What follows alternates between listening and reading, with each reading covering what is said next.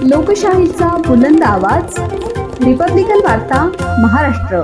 गेल्या 5 दिवसांपासून एकतर्फीपणे एका स्थानिक दैनिकात जिल्हा शल्यचिकित्सक नाशिक आणि जिल्हा रुग्णालयाशी संबंधित पुरवठादार गेटवेल डिस्ट्रीब्युटर यांच्याबाबत खोटे नाटे तथ्यहीन वृत्तमालिकेत केलेले सगळे आरोप हे खंडणी उकलण्याच्या हेतूने केले गेल्याचे उघडकीस आले आहे।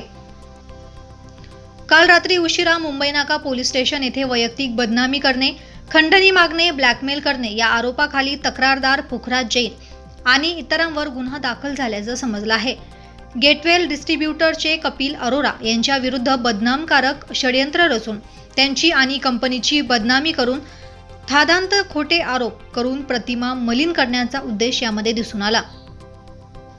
बोगस तक्रारदार जैन यांनी या प्रकरणी अर्ज मागे घेणे आणि वृत्तमालिका थांबवणे यासाठी तक्रारदार पुखराज जैन आणि इतरांनी गेटवेल डिस्ट्रीब्युटरच्या कार्यालयात जाऊन 15 लाखांची खंडणी मागितल्याचे सीसीटीव्ही चित्रीकरणावरून आणि ऑडिओ रेकॉर्डिंगवरून दिसून आले।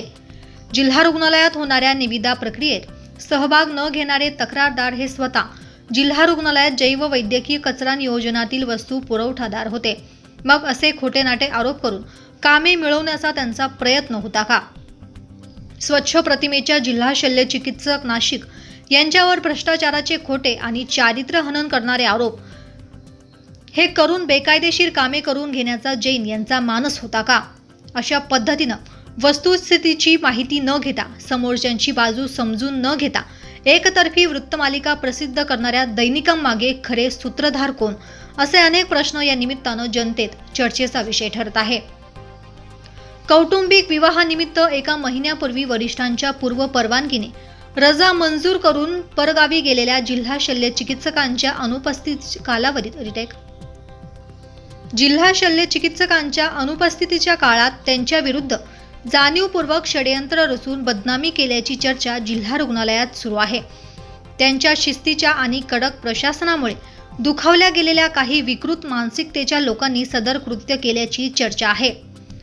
या षडयंत्रामागील सूत्रधार शोधण्याचे खरे आव्हान मुंबई नाका पोलिसांसमोर आहे। रिपब्लिकन वार्ता महाराष्ट्र विशेष प्रतिनिधी नाशिक।